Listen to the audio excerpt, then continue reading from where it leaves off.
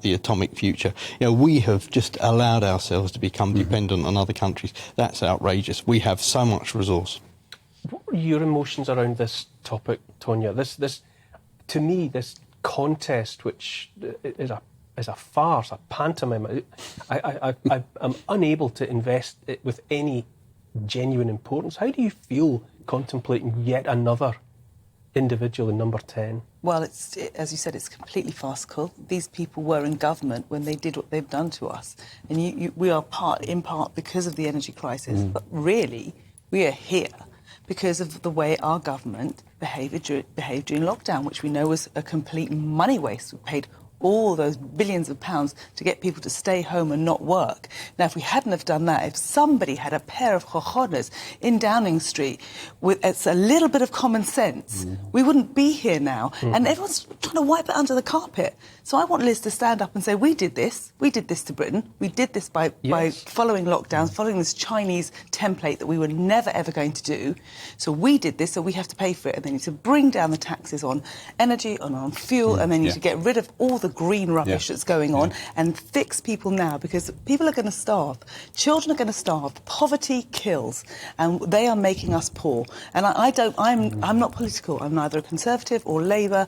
I have no affiliations with any political party, but I'm sick of them making a mess of the world we live in. That's right, Keith, isn't it? Somebody, the number one job in the in-tray is really to stand on the steps of Downing Street and admit that this is a set of wounds, self-inflicted wounds, that someone has to take responsibility for, acknowledge how much was done wrong.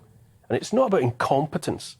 This was about a set of tactics that were applied and followed for specific reasons to get people under control, to get people fearful, and someone has to stand up and take responsibility for that.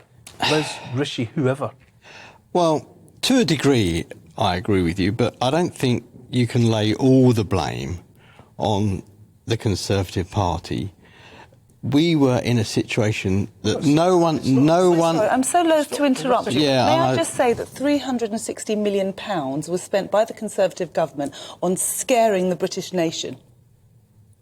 That was just in the PR and the press. That's quite something, isn't it? If we had that money in a bucket now, we could be helping the poor with that. So you have to stand up and take the blame. Otherwise, we're never going to trust you, ever. What do you say? Can I talk now? Yes. Is that okay?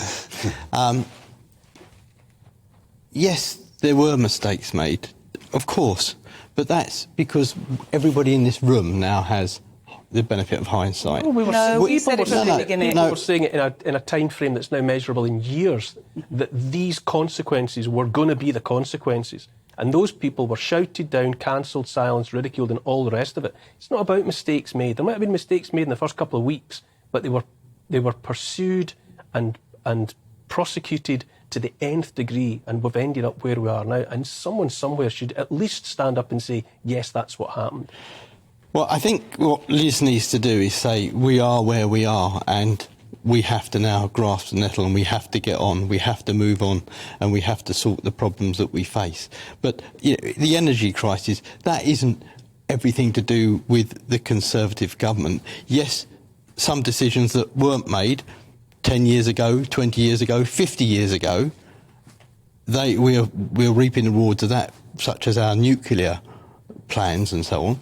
But at the end of the day, it is the war in Ukraine that's made this happen in the way that it has. It's not. No, come on. The disaster. Come on. We've got world food shortages. We've got world energy shortages, and Germany has the same problem. Wars going on. Germany has the same.